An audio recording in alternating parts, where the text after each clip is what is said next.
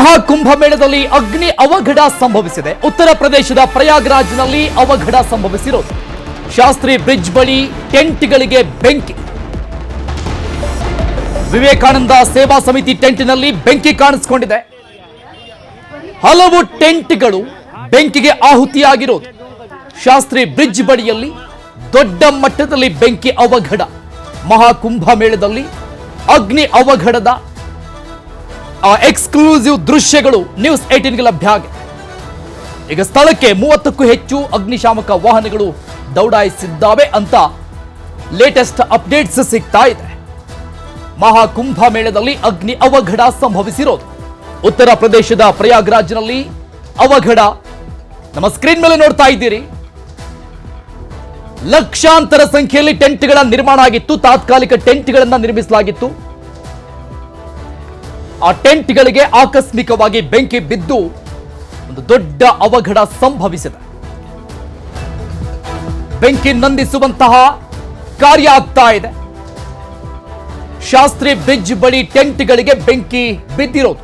ಆ ಎಕ್ಸ್ಕ್ಲೂಸಿವ್ ಆದಂತಹ ದೃಶ್ಯಗಳನ್ನ news 18 screen ಮೇಲೆ ನೋಡ್ತಾ ಇದ್ದೀರಿ. ವಿವೇಕಾನಂದ ಸೇವಾ ಸಮಿತಿಯ ಟೆಂಟ್ನಲ್ಲಿ ಬೆಂಕಿ ಕಾಣಿಸಿಕೊಂಡಿರೋದು. ವಿಚಾರಕ್ಕೆ ಸಂಬಂಧಪಟ್ಟಂಗೆ ನಮ್ಮ ಪ್ರತಿನಿಧಿ ರಾಘವೇಂದ್ರ ಗುಡಿ ಸಂಪರ್ಕದಲ್ಲಿದ್ದಾರೆ. ಇನ್ನಷ್ಟು ಡೀಟೇಲ್ಸ್ ಕೊಡ್ತಾರೆ. ರಾಘವೇಂದ್ರ, ಉತ್ತರ ಪ್ರದೇಶದ ಪ್ರಯಾಗ್ರಾಜ್ನಲ್ಲಿ ಮಹಾಕುಂಭಮೇಳ ಇಲ್ಲಿವರೆಗೂ ಕೂಡ ಎಲ್ಲವೂ ಕೂಡ ಸುಸೂತ್ರವಾಗಿ ನಡೀತಾ ಇತ್ತು. ಇಂಥದ್ದೊಂದು ದೊಡ್ಡ ಅವಘಡಕ್ಕೆ ಕಾರಣ ಆಗಿದ್ದಾದ್ರೂ ಏನು?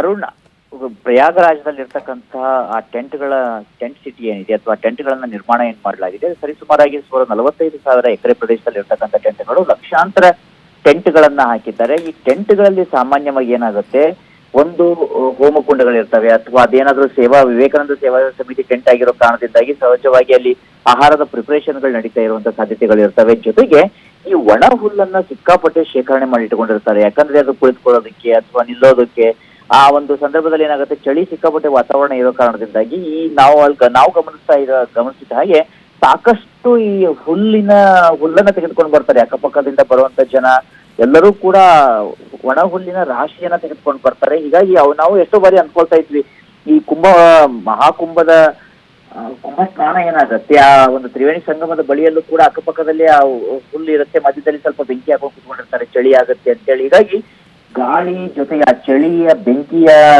ಅಲ್ಲಿರ್ತಕ್ಕಂಥ ಬೆಂಕಿಯ ಒಲೆ ಇರ್ಬೋದು ಅಥವಾ ಅಗ್ನಿಕುಂಡಗಳಿರ್ಬೋದು, ಆ ಹುಲ್ಲಿನ ರಾಶಿ ಇರ್ಬೋದು, ಯಾವುದೇ ಒಂದು ಕ್ಷಣದಲ್ಲಿ ಮೈ ಮರೆತರೂ ಕೂಡ ಅನಾಹುತಗಳು ಸಂಭವಿಸುವಂತ ಸಾಧ್ಯತೆ ಇರುತ್ತೆ. ಅದನ್ನ ಬಹುತೇಕವಾಗಿ ಜರುಗದಾಗೆ ಈಗ ಮೇಲ್ನೋಟಕ್ಕೆ ಕಂಡು ಬರ್ತಾ ಇದೆ. ಎಕ್ಸಾಕ್ಟ್ ಆಗಿ ರೀಸನ್ ಗೊತ್ತಿಲ್ಲ. ಆದ್ರೆ ಈ ಒಂದು ನೀವು ದೃಶ್ಯದಲ್ಲಿ ಕೂಡ ಗಮನಿಸ್ತಾ ಇರೋ ಹಾಗೆ ಅರುಣ್, ಅಲ್ಲಿ ಅಲ್ಲಿ ಏನಿದೆ, ಈಗ ಬೆಂಕಿ ಆವರಿಸಿಕೊಂಡಿರೋ ಕಾರಣದಿಂದಾಗಿ ಅಕ್ಕಪಕ್ಕದಲ್ಲಿ ಟೆಂಟ್ಗಳಿರ್ತವೆ. ಒಂದು ಟೆಂಟ್ ನಲ್ಲಿ ಯಾವ ರೀತಿಯಾದಂತ ವಸ್ತುಗಳಿರ್ತವೆ, ಬಹುತೇಕವಾಗಿ ಅಕ್ಕಪಕ್ಕದ ಟೆಂಟ್ಗಳಲ್ಲೂ ಕೂಡ ಅದೇ ರೀತಿಯಾಗಿರ್ತವೆ. ಪ್ಲಾಸ್ಟಿಕ್ ನ ಹೊದಿಕೆಗಳಿರ್ತವೆ.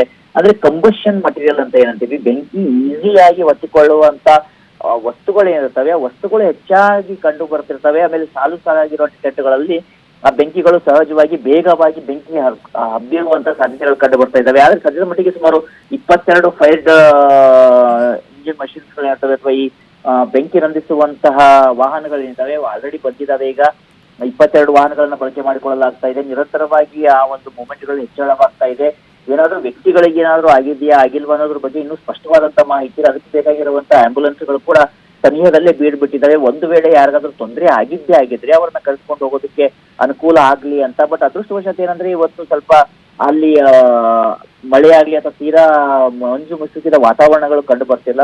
ಕ್ಲಿಯರ್ ಆಗಿರುವಂತ ಸ್ಕೈ ಇದೆ. ಹೀಗಾಗಿ ಸಹಜವಾಗಿ ಟ್ರಾನ್ಸ್ಪೋರ್ಟೇಷನ್ ಇರ್ಬೋದು ಅಥವಾ ಅಲ್ಲಿ ಕರೆದುಕೊಂಡು ಬರುವಂತ ವಿಚಾರದಲ್ಲಿ ಅಲ್ಲಿ ಆಗಿರ್ತಕ್ಕಂಥ ಈ ಫೈರ್ ಇಂಜಿನ್ ಬರುವಂತದಕ್ಕೆ ಅವಕಾಶಗಳಿರ್ಬೋದು, ಎಲ್ಲವನ್ನ ಕೂಡ ಸ್ಥಳೀಯ ಪೊಲೀಸರು ಮಾಡಿಕೊಡ್ತಾ ಇದ್ದಾರೆ.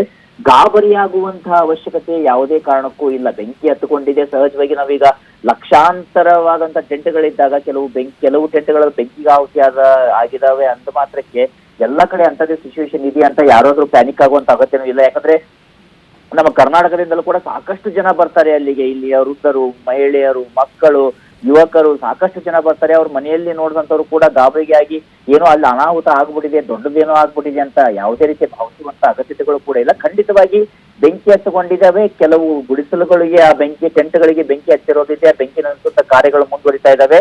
ಬಹುತೇಕವಾಗಿ ಇನ್ನು ಕೆಲವೇ ಸಮಯದಲ್ಲಿ ಬೆಂಕಿ ನಂದಿಸುವಂತ ಕಾರ್ಯ ಆಗುತ್ತೆ.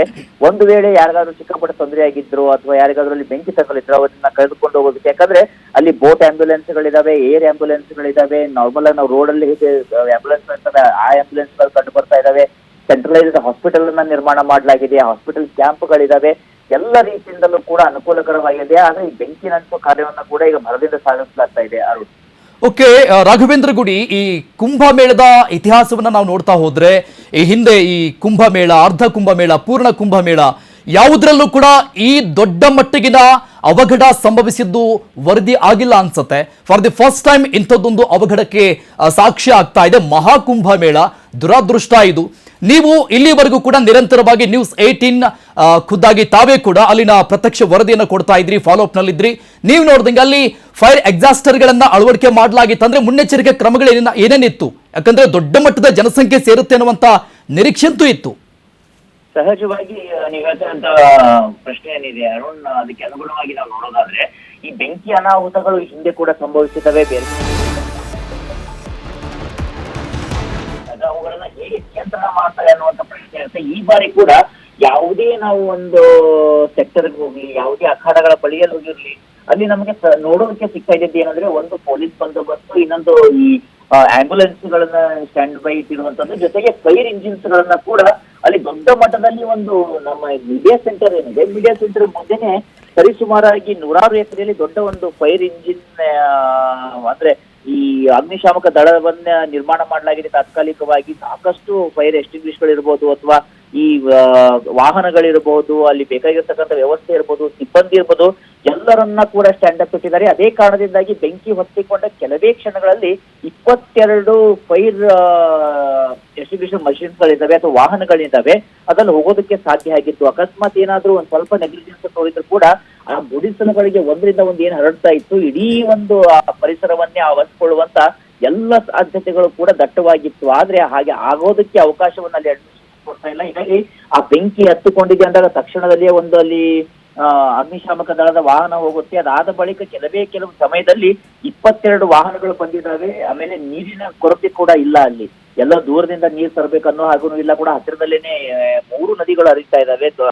ನದಿಯಲ್ಲೂ ಕೂಡ ಸಾಕಷ್ಟು ಕ್ಲೀನ್ ಆಗಿರ್ತಕ್ಕಂಥ ವಾಟರ್ ಇದೆ. ಹೀಗಾಗಿ ಆ ನೀರನ್ನ ಬಳಸ್ಕೊಳ್ಳೋದಕ್ಕಾಗಿ ಅಲ್ಲಿ ಯಾವುದೇ ರೀತಿಯಾದಂತ ಸಿಬ್ಬಂದಿ ಕೊರತೆ, ಆ ರೀತಿಯಾದಂತ ದೃಶ್ಯಗಳಂತೂ ಮೇಲ್ನೋಟಕ್ಕೆ ಕಂಡು ಬರ್ತಾ ಇಲ್ಲ. ಈಗಾಗಲೇ ಅಲ್ಲಿ ಎಷ್ಟು ಟೆಂಟ್ ಗಳನ್ನ ನಿರ್ಮಾಣ ಮಾಡಲಾಗಿತ್ತು? ಬರೀ ಕೆಲಸದ ನಿಮಿತ್ತವಾಗಿ ಆ ಟೆಂಟ್ ಗಳನ್ನ ನಿರ್ಮಾಣ ಮಾಡಲಾಗಿತ್ತ ಅಥವಾ ತಾತ್ಕಾಲಿಕವಾಗಿ ಈಗ ಯಾರಾದ್ರೂ ಬಂದ್ರೆ ಅಲ್ಲಿ ಉಳ್ಕೊಳ್ಳುವಂತಹ ಒಂದು ವ್ಯವಸ್ಥೆಗಳು, ಆ ರೀತಿಯಾಗಿ ಏನಾದ್ರೂ ಟೆಂಟ್ ಗಳನ್ನ ನಿರ್ಮಾಣ ಮಾಡಲಾಗಿತ್ತ? ಅದ್ ಯಾವ ರೀತಿಯಾದಂತಹ ಟೆಂಟ್ಗಳು? ತಗಡಿನ ಟೆಂಟ್ಗಳ ಅಥವಾ ಪೆಂಡಾಲ್ ಹಾಕಿ ಮಾಡಿರುವಂತದ್ದ? ಯಾಕಂದ್ರೆ ಟೆಂಟ್ ನಿಂದ ಟೆಂಟ್ಗೆ ಬೆಂಕಿ ಹೋಗ್ತಾನೆ ಇದೆ, ಸೊ ಹತ್ಕೊಳ್ತಾ ಇದೆ. ಸೊ ಆ ಬೆಂಕಿಯನ್ನ ನಂದಿಸೋದಕ್ಕೆ ಸಿಬ್ಬಂದಿ ಹರಸಾಹಸ ಪಡ್ತಿದ್ದಾರೆ. ಏನ್ ಸಿಗ್ತಾ ಇದೆ ಅಪ್ಡೇಟ್ಸ್? ಚೈತ್ರ, ಈಗ ನೋಡಿ ಅಲ್ಲಿ 45,000 ಎಕರೆ ಪ್ರದೇಶದಲ್ಲಿ ನಿರ್ಮಾಣ ಆಗಿರುವಂತಹ ಟೆಂಟ್ ಸುಮಾರು 22 ಸೆಕ್ಟರ್ಗಳಿದಾವೆ. 22 ಸೆಕ್ಟರ್ಗಳಲ್ಲಿ ಕನಿಷ್ಠ ಪಕ್ಷ ಒಂದೊಂದು ಸೆಕ್ಟರ್ ಅಲ್ಲಿ 5,000ದಿಂದ 10,000 ಟೆಂಟ್ಗಳನ್ನು, ತಾತ್ಕಾಲಿಕ ಟೆಂಟ್ಗಳನ್ನ ನಿರ್ಮಾಣ ಮಾಡಲಾಗಿದೆ. ಹಾಗೆ ನಿರ್ಮಾಣ ಮಾಡಲಾಗಿರುವಂತಹ ತಾತ್ಕಾಲಿಕ ಟೆಂಟ್ಗಳಲ್ಲಿ ಕೆಲವನ್ನ ಕೇವಲ ಪ್ಲಾಸ್ಟಿಕ್ ಅನ್ನ ಬಳಸಿ ಮಾಡಲಾಗಿದೆ, ಕೆಲವನ್ನ ಪ್ರಾಪರ್ ಆಗಿ ಈ ತಗಡನ್ನ ಬಳಸಿ ಮಾಡಿರುವಂತದ್ದು. ಜೊತೆಗೆ ಅದರ ಮೇಲೆ ಹೊದಿಕೆ ಮಾತ್ರ ನಿಮಗೆ ಪ್ಲಾಸ್ಟಿಕ್ ಇದ್ದೇ ಇರುತ್ತೆ, ಯಾಕಂದ್ರೆ ಚಳಿ ಒಳಗಡೆ ಬರಬಾರ್ದು ಅನ್ನೋ ಕಾರಣದಿಂದಾಗಿ. ಜೊತೆಗೆ ಅಕ್ಕಪಕ್ಕ ಅದರ ಒಂದು ಗೋಡೆಗಳೇನಿರ್ತವೆ ಅಲ್ಲಿ ಸಾಕಷ್ಟು ಹುಲ್ಲನ್ನ ಇಟ್ಟಿರ್ತಾರೆ ಒಳಗಡೆ. ಯಾವುದೇ ರೀತಿಯಾಗಿರ್ತಕ್ಕಂಥ ಅಂದ್ರೆ ಅಡಿಗೆಗೆ ಬೇಕಾದಕ್ಕೆ ಇರ್ಬೋದು ಅಥವಾ ಆ ಒಂದು ಬೆಚ್ಚಗಿನ ಒಂದು ಅನುಭವ ಆಗ್ಬೇಕಂದ್ರೆ, ಯಾಕಂದ್ರೆ ವಿಪರೀತವಾದಂತ ಚಳಿ ಅಂದ್ರೆ ವಿಪರೀತವಾದ ಚಳಿ ಇದೆ. ಯಾವುದೇ ಸಮಯದಲ್ಲಿ ಅಲ್ಲಿ ಮಳೆ ಆಗ್ತಾ ಇದೆ, ಚಳಿ ಇದೆ, ಟೆಂಪರೇಚರ್ ಡೌನ್ ಆಗುತ್ತೆ, ಫಾಗ್ ಬರುತ್ತೆ.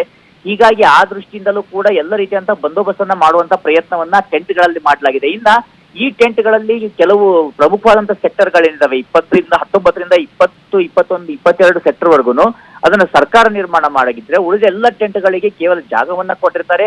ಆಯಾ ಸಂಘ ಸಂಸ್ಥೆಗಳು, ಆಯಾ ಅಖಾಡದವರು ಅಥವಾ ಯಾರು ಈಗ ಇಸ್ಕಾನ್ ಇಂದ ಹೋಗಿದ್ರೆ ಇಸ್ಕಾನ್ ಅವ್ರು ಮಾಡುವಂತದ್ದು ಅಥವಾ ಬೇರೆ ಬೇರೆ ಕಡೆಯಿಂದ ಬಂದಿದ್ರೆ ಅವ್ರು ಮಾಡುವಂತದ್ದು, ಅವೆಲ್ಲವನ್ನು ಕೂಡ ಖಾಸಗಿಯಾಗಿ ಅವರೇ ನಿರ್ಮಾಣವನ್ನ ಮಾಡ್ಕೊಳ್ಬೇಕು. ಆದ್ರೆ ಯಾರೇ ಟೆಂಟ್ಗಳನ್ನ ನಿರ್ಮಾಣ ಮಾಡಿದ್ರು ಕೂಡ ಸರ್ಕಾರ ಅವರಿಗೆ ಪ್ರಾಪರ್ ಆಗಿರ್ತಕ್ಕಂಥ ನೀರಿನ ವ್ಯವಸ್ಥೆ, ಶೌಚಾಲಯದ ವ್ಯವಸ್ಥೆ, ಜೊತೆಗೆ ಅಲ್ಲಿ ಈ ಒಂದು ಆ ಸೆಕ್ಟರ್ಗಳಲ್ಲಿ ಬೇಕಾಗಿರುವಂತ ಫೈರ್ ಎಸ್ಟಿಂಗ್ವಿಷರ್ಗಳು ಇರ್ಬೋದು ಅಥವಾ ಹಾಸ್ಪಿಟಲ್ ವ್ಯವಸ್ಥೆಗಳಿರ್ಬೋದು, ಆಂಬ್ಯುಲೆನ್ಸ್ಗಳಿರ್ಬೋದು, ಅವುಗಳನ್ನ ಪ್ರೊವೈಡ್ ಮಾಡುವಂತ ಪ್ರಯತ್ನ ಮಾಡಿದೆ. ಆದ್ರೆ ಇಷ್ಟು ಟೆಂಟ್ಗಳಲ್ಲಿ ಸರಿಸುಮಾರಾಗಿ 50 ಲಕ್ಷ ಜನ ಅಲ್ಲಿ ಪ್ರತಿದಿನ ವಾಸ ಮಾಡ್ತಾ ಇದ್ದಾರೆ. ಅದರಲ್ಲಿ ಪ್ರಮುಖವಾಗಿ ನಾಗಾ ಸಾಧುಗಳಿದ್ದಾರೆ, ಅಘೋರಿಗಳಿದ್ದಾರೆ, ಬೇರೆ ಬೇರೆ ಅಲ್ಲಿ ಸನ್ಯಾಸಿಗಳಿದ್ದಾರೆ, ಅಖಾಡದ ಮುಖ್ಯಸ್ಥರಿದ್ದಾರೆ, ಅಲ್ಲಿ ಪ್ರವಚನಗಳಾಗ್ತಾ ಇರ್ತವೆ.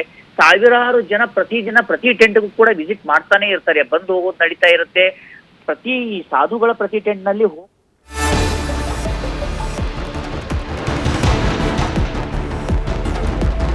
ಕುಂಭಮೇಳದಲ್ಲಿನ ಬೆಂಕಿಯನ್ನ ನಂದಿಸೋದಕ್ಕೆ ಹರಸಾಹಸವನ್ನ ಪಡ್ತಾ ಇದ್ದಾರೆ ಸಿಬ್ಬಂದಿಗಳು. ಘಟನಾ ಸ್ಥಳದಿಂದ ನೂರಾರು ಸಾಧುಗಳು ಕೂಡ ಅಲ್ಲಿಂದ ಶಿಫ್ಟ್ ಆಗಿದ್ದಾರೆ. ಯಾಕಂದ್ರೆ ಆ ಟೆಂಟ್ ನಿಂದ ಬೆಂಕಿ ಬೇರೆ ಟೆಂಟ್ಗೂ ಕೂಡ ಆವರಿಸ್ಕೊಳ್ತಾ ಇದೆ. ಕುಂಭಮೇಳದಲ್ಲಿ ಬೆಂಕಿಯನ್ನ ನಂದಿಸೋದಕ್ಕೆ ಸದ್ಯಕ್ಕೆ ಈಗ ಸಿಬ್ಬಂದಿಗಳು ಹರಸಾಹಸವನ್ನ ಪಡ್ತಾ ಇದ್ದಾರೆ. ಇಲ್ಲಿ ಮೇಲ್ನೋಟಕ್ಕೆ ಏನ್ ಕಂಡು ಬರ್ತಾ ಇದೆ ಅಂತ ಹೇಳಿದ್ರೆ, ಸೊ ಯಾವುದೇ ಸೇಫ್ಟಿ ಪ್ರಿಕಾಷನರಿಗಳನ್ನ ಇವರು ತೆಗೆದುಕೊಂಡಿಲ್ಲ. ಯಾಕಂದ್ರೆ ಇಷ್ಟು ದೊಡ್ಡ ಮಟ್ಟದಲ್ಲಿ ಬೆಂಕಿ ಆಗ್ತಾ ಇದೆ ಅಂತ ಹೇಳಿದ್ರೆ ಅದನ್ನ ನಂದಿಸೋದಕ್ಕೆ ಯಾವುದೇ ಸೇಫ್ಟಿ ಮೆಷರ್ಸ್ ಅನ್ನ ತಗೊಂಡಿಲ್ಲ ಅನ್ನುವಂಥದ್ದು ಸದ್ಯಕ್ಕೆ ಮೇಲ್ನೋಟಕ್ಕೆ ಕಂಡು ಬರ್ತಾ ಇದೆ. ಆ ಬೆಂಕಿಯ ಕೆನ್ನಾಲಿಗೆ ಏನಿದೆಯಲ್ಲ ಅದು ಪಕ್ಕದ ಟೆಂಟ್ಗೂ ಕೂಡ ಆವರಿಸ್ಕೊಳ್ತಾ ಇರುವಂತದ್ದು. ಇದು ನ್ಯೂಸ್ 18 ನ ಎಕ್ಸ್ಕ್ಲೂಸಿವ್ ದೃಶ್ಯ. ಇನ್ನು ರಾಘವೇಂದ್ರ ಗುಡಿ ಅವರು ಎಕ್ಸ್ಪ್ಲೈನ್ ಮಾಡ್ತಾ ಇದ್ರು, ಅಲ್ಲಿ ವೆದರ್ ಕೂಡ ಚೇಂಜ್ ಆಗ್ತಾ ಇದೆ. ಒಂದ್ ರೀತಿ ಮಳೆಯ ವಾತಾವರಣ, ಅದಾದ ಮೇಲೆ ಚಳಿಯ ವಾತಾವರಣ. ಈ ಒಂದು ಕೂಲ್ ತಂಪಾದ ವಾತಾವರಣದಲ್ಲೇ ಬೆಂಕಿ ಈ ರೀತಿಯಾಗಿ ಆವರಿಸ್ಕೊಳ್ತಾ ಇದೆ ಟೆಂಟ್ಗೆ ಅಂತ ಹೇಳಿದ್ರೆ ಆ ಬೆಂಕಿಯ ತೀವ್ರತೆ ಎಷ್ಟಿದೆ ಅನ್ನುವಂಥದ್ದು ಈಗ ನಾವು ದೃಶ್ಯದಲ್ಲಿ ನೋಡ್ತಾ ಇದೀವಿ. ಆ ಒಂದು ದಟ್ಟ ಹೊಗೆ ಕೂಡ ಇಡೀ ಕಾರ್ ಮೋಡವನ್ನೇ ಆವರಿಸ್ಕೊಳ್ತಾ ಇರುವಂತದ್ದು. ಅಲ್ಲಿನ ಸಾಧುಗಳನ್ನ ಸದ್ಯಕ್ಕೆ ಬೇರೆಡೆಗೆ ಶಿಫ್ಟ್ ಮಾಡಲಾಗ್ತಾ ಇದೆ. ಸದ್ಯಕ್ಕಂತೂ ಈಗ ಎಷ್ಟೇ ಅಗ್ನಿಶಾಮಕ ದಳ ಸಿಬ್ಬಂದಿ ಬಂದ್ರು ಆ ಬೆಂಕಿಯನ್ನ ನಂದಿಸೋದಕ್ಕೆ ಹರಸಾಹಸವನ್ನ ಪಡುವಂತಹ ಪರಿಸ್ಥಿತಿ ಅಲ್ಲಿ ನಿರ್ಮಾಣ ಆಗಿದೆ. ಸ್ಥಳದಿಂದ ನೂರಾರು ಸಾಧುಗಳನ್ನ ಕೂಡ ಶಿಫ್ಟ್ ಮಾಡಲಾಗ್ತಾ ಇದೆ. ಸೊ ಅತಿ ದೊಡ್ಡ ಮಟ್ಟದಲ್ಲೇ ಈ ಮಹಾಕುಂಭಮೇಳದಲ್ಲಿ ಬೆಂಕಿ ಅಗ್ನಿ ಅವಘಡ ನಡೆದಿರುವಂತದ್ದು. ಸ್ಥಳದಿಂದ ನಾಗಾ ಸಾಧುಗಳನ್ನ ಕೂಡ ಸ್ಥಳಾಂತರ ಮಾಡಲಾಗ್ತಾ ಇದೆ. ಹಾಗಿದ್ರೆ ಇದರ ಹೊಣೆಯನ್ನ ಯಾರು ಹೊತ್ಕೊಳ್ತಾರೆ? ಹೆಚ್ಚು ಕಮ್ಮಿ ಆಗಿದ್ರೆ ಯಾರು ಈ ಜವಾಬ್ದಾರಿಯನ್ನ ತೆಗೆದುಕೊಳ್ತಾ ಇದ್ರು? ಯಾಕಂದ್ರೆ ಕೋಟಿ ಭಕ್ತರು ಇಲ್ಲಿ ಮಹಾಕುಂಭಮೇಳದಲ್ಲಿ ಪಾಲ್ಗೊಳ್ತಾರೆ. ಒಂಚೂರು ಹೆಚ್ಚು ಕಮ್ಮಿ ಆದ್ರೂ ಕೂಡ ಅವರ ಜೀವಕ್ಕೆ ಆಪತ್ತು ಬರುವಂತಹ ಸಾಧ್ಯತೆಗಳು ಇದ್ರೂ ಕೂಡ ಇಷ್ಟೊಂದು ನಿರ್ಲಕ್ಷ್ಯವನ್ನ ಮಾಡಿದಾರಾ ಅನ್ನುವಂಥದ್ದು. ಯಾಕಂದ್ರೆ ಇಷ್ಟೊಂದು ಟೆಂಟ್ಗಳನ್ನ ನಿರ್ಮಾಣ ಮಾಡಿದಂತಹ ಸಂದರ್ಭದಲ್ಲಿ ಅಥವಾ ಅಡುಗೆ ಮಾಡುವಂತಹ ಸಂದರ್ಭದಲ್ಲಿ ಇನ್ನೇನಾದ್ರೂ ವಿಚಾರಗಳನ್ನ ಅಥವಾ ಇನ್ನೇನಾದ್ರೂ ಕೆಲಸಗಳನ್ನ ಮಾಡುವಂತಹ ನಿಮಿತ್ತ ಈ ಮುನ್ನೆಚ್ಚರಿಕಾ ಕ್ರಮಗಳನ್ನ ಯಾಕೆ ತೆಗೆದುಕೊಂಡಿಲ್ಲ ಅನ್ನುವಂಥದ್ದು ಇಲ್ಲಿ ದೊಡ್ಡ ಪ್ರಶ್ನೆ ಆಗುತ್ತೆ.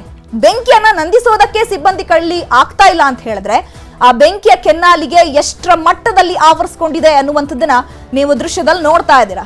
ಉತ್ತರ ಪ್ರದೇಶದ ಪ್ರಯಾಗ್ರಾಜ್ನಲ್ಲಿ ಈಗ ಮಹಾಕುಂಭಮೇಳ ನಡೀತಾ ಇದೆ. ಸಾವಿರಾರು ಭಕ್ತರು, ಕೋಟ್ಯಾಂತರ ಭಕ್ತರು ಅಲ್ಲಿ ಮಿಂದೇಳ್ತಾ ಇದ್ದಾರೆ, ದರ್ಶನವನ್ನ ಪಡಿತಿದ್ದಾರೆ. ಅಂತಹ ಸಂದರ್ಭದಲ್ಲೇ ಈ ಬೆಂಕಿ ಅವಘಡ ಸಂಭವಿಸಿರೋದು ಸಾಕಷ್ಟು ಆತಂಕಕ್ಕೂ ಕೂಡ ಮನೆ ಮಾಡಿರುವಂತದ್ದು. ಸಿಬ್ಬಂದಿಗಳು ಹರಸಾಹಸ ಪಡ್ತಿದ್ದಾರೆ ಆ ಬೆಂಕಿಯನ್ನ ನಂದಿಸ್ಲಿಕ್ಕೆ, ಬಟ್ ಆದ್ರೂ ಕೂಡ ಆಗ್ತಾ ಇಲ್ಲ. ಸದ್ಯಕ್ಕೆ ಅಲ್ಲಿ ಆ ಟೆಂಟ್ಗಳಲ್ಲಿ ಯಾರೆಲ್ಲ ವಾಸ ಇದ್ರಲ್ಲ ಅವರೆಲ್ಲ ಬೇರೆಡೆಗೆ ಶಿಫ್ಟ್ ಮಾಡಲಾಗ್ತಾ ಇದೆ. ಮತ್ತೊಂದ್ ಕಡೆ ಈಗ ಆ ನೀರಿನ ಮೂಲಕ ಬೆಂಕಿಯನ್ನ ನಂದಿಸುವ ಕೆಲಸ ಆಗ್ತಾ ಇದೆ, ಬಟ್ ಆದ್ರೂ ಕೂಡ ಆ ಬೆಂಕಿಯನ್ನ ನಂದಿಸೋದಕ್ಕೆ ಆಗ್ತಾ ಇಲ್ಲ.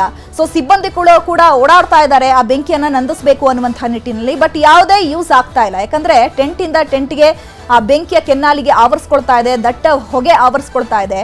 ಈ ರೀತಿಯಾದಂತಹ ಚಳಿ ವಾತಾವರಣದಲ್ಲಿ ಅಥವಾ ಮಳೆಯ ವಾತಾವರಣದಲ್ಲಿ ಈ ಬೆಂಕಿಯ ಕೆನ್ನಾಲಿಗೆ ಇಷ್ಟು ದೊಡ್ಡ ಮಟ್ಟದಲ್ಲಿ ಆವರಿಸ್ಕೊಳ್ತಾ ಇದೆ ಅಂತ ಹೇಳಿದ್ರೆ ಇನ್ನು ಬಿಸಿಲಿದ್ದಂತಹ ಸಂದರ್ಭದಲ್ಲಿ ಇನ್ನು ಎಷ್ಟು ದೊಡ್ಡ ಮಟ್ಟಿಗೆ ಆ ಬೆಂಕಿ ಆವರಿಸ್ಕೊಳ್ತಾ ಇರಲಿಲ್ಲ. ಸದ್ಯಕ್ಕೆ ಯಾವುದೇ ಪ್ರಾಣಾಪಾಯ ಸಂಭವಿಸಿಲ್ಲ ಅನ್ನುವಂಥದ್ದೇ ಇವಾಗ ಸದ್ಯದ ಸಮಾಧಾನದ ಸಂಗತಿ. ಯಾಕಂದ್ರೆ ಅಲ್ಲಿ ಸಾಕಷ್ಟು ಜನ ಇರ್ತಾರೆ, ಅದರಲ್ಲೂ ಈ ಬೆಂಕಿ ಕಾಣಿಸ್ಕೊಂಡ್ಬಿಟ್ರೆ ಅಲ್ಲಿ ಸುತ್ತಮುತ್ತಲ ಜನ ಇರ್ತಾರಲ್ಲ ಅವರು ಕೂಡ ಟೆನ್ಷನ್ಗೆ ಒಳಗಾಗ್ತಾರೆ, ಭಯಭೀತರಾಗ್ತಾರೆ, ಓಡೋದಕ್ಕೆ ಶುರು ಮಾಡ್ತಾರೆ, ಕಾಲ್ ತುಳಿತ ಆಗುವಂತಹ ಸಾಧ್ಯತೆಗಳಿರುತ್ತೆ. ಸೊ ಸಾಕಷ್ಟು ಸಾವು ನೋವುಗಳು ಆಗುವಂತಹ ಚಾನ್ಸಸ್ ಕೂಡ ಇರುತ್ತೆ. ಬಟ್ ದೇವರ ದಯೆ ಅಂತ ಅನ್ಸುತ್ತೆ, ಯಾವುದೇ ಪ್ರಾಣಹಾನಿ ಸಂಭವಿಸಿಲ್ಲ, ಆಗದೆ ಇರ್ಲಿ ಅಂತ ಕೂಡ ನಾವು ಕೂಡ ಆಶಿಸ್ತೀವಿ. ಬಟ್ ಆದ್ರೆ ಈ ಬೆಂಕಿ ಯಾವ ರೀತಿಯಾಗಿ ಹೊತ್ಕೊಂಡಿದೆ, ಈ ಬೆಂಕಿಯ ಕಿಡಿಗೆ ಕಾರಣ ಏನು ಅನ್ನುವಂಥದ್ದೇ ಈಗ ಸದ್ಯದ ಪ್ರಶ್ನೆ ಆಗಿರುವಂಥದ್ದು.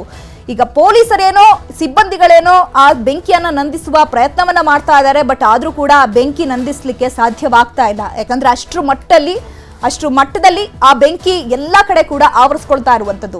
ಸ್ಥಳದಿಂದ ಸದ್ಯಕ್ಕೆ ನಾಗಸಾಧುಗಳನ್ನ ಕೂಡ ಸ್ಥಳಾಂತರ ಮಾಡಲಾಗಿದೆ. ಮಹಾಕುಂಭಮೇಳ ಅಂತಂದ್ರೆ ಕೇಳಬೇಕಾ, ಸಾವಿರಾರು ಜನರು, ಕೋಟಿ ಜನರು ಆ ನದಿಯಲ್ಲಿ ಮುಳುಗೇಳ್ತಾರೆ.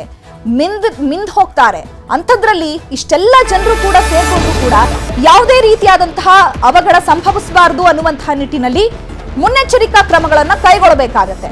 ಇನ್ನು ಜನರು ಆತಂಕಕ್ಕೆ ಒಳಗಾಗದಂತೆ ಯುಪಿ ಸರ್ಕಾರ ಮುನ್ನೆಚ್ಚರಿಕೆಯನ್ನ ಕೊಟ್ಟಿದೆ. ಉತ್ತರ ಪ್ರದೇಶ ಸರ್ಕಾರ ಜನರು ಆತಂಕಕ್ಕೆ ಒಳಗಾಗಬೇಡಿ ಅಂತ ಮೈಕ್ ಮೂಲಕ ಅನೌನ್ಸ್ ಮಾಡ್ತಾ ಇದ್ದಾರೆ. ಅಫ್ಕೋರ್ಸ್ ಇಂಥ ದೊಡ್ಡ ಮಟ್ಟದ ಬೆಂಕಿಯನ್ನ ಕಂಡಾಗ ಜನರು ಆತಂಕಕ್ಕೀಡಾಗೋದು ಅಥವಾ ಭಯ ಪಡುವಂಥದ್ದು ಸಹಜವಾಗಿರುತ್ತೆ.